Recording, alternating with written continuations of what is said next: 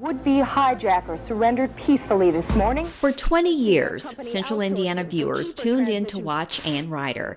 She was credible, charismatic, caring. She brought us powerful and uplifting stories. Perhaps the most memorable, her interview with Mother Teresa. Why does God give us suffering? If He would have suffered so much for love of us, now it is our turn to suffer for love of Him. Later, when I learned more about her life after her death, I realized that she didn't feel a lot of that light that she emitted. She was truly a conduit, and she said, if I ever become a saint, surely I will be a saint of the darkness.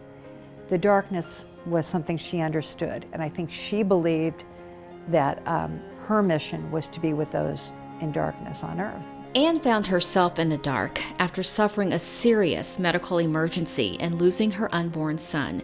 She says she nearly died.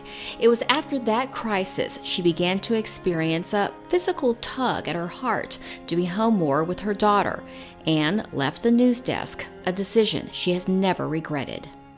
I stand today for the patients who either never got the opportunity or never took the opportunity to say, thank you for what you do. She became a much sought-after speaker, addressing many nursing conventions. You see, when Anne suffered her medical crisis, she never forgot what her nurses did for her. Her message to nurses? There's a wall that people have when they're in the dark, and it's what Mother Teresa called a wall of loneliness, isolation, and materialism. And you can break it by making a connection. Sometimes it's a look in the eyes, or sometimes it's touch. That's what I gave the nurses. I said, you can do this. Anne is currently teaching 3 broadcast journalism courses at IU Bloomington, in addition to continuing her commitment to service. It's a commitment that was inspired by her meeting with Mother Teresa and continued to evolve with encounters with butterflies.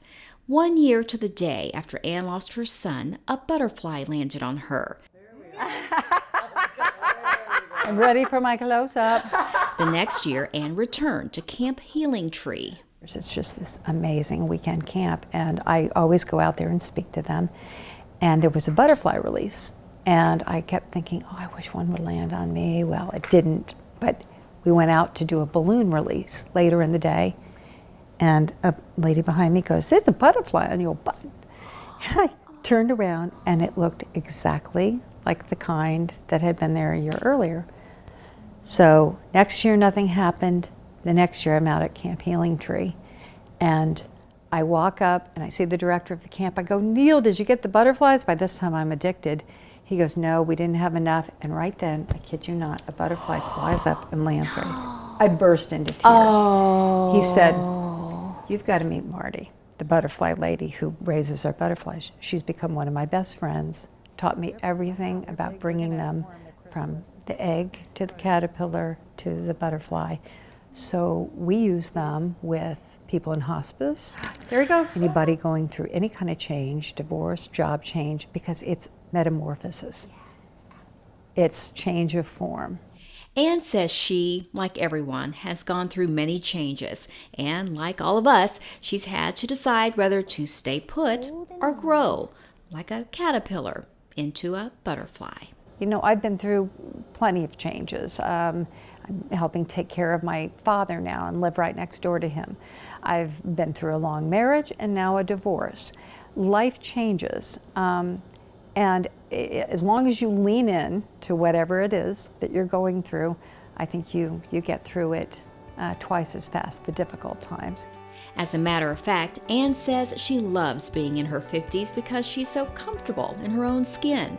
Comfortable, compassionate, a consummate communicator, and much like a monarch butterfly, Anne continues to spread beauty and joy to all of those who are fortunate enough to cross her path. Grace Trahan, Boomer TV. Okay, now you can fly. Come on, baby. Go.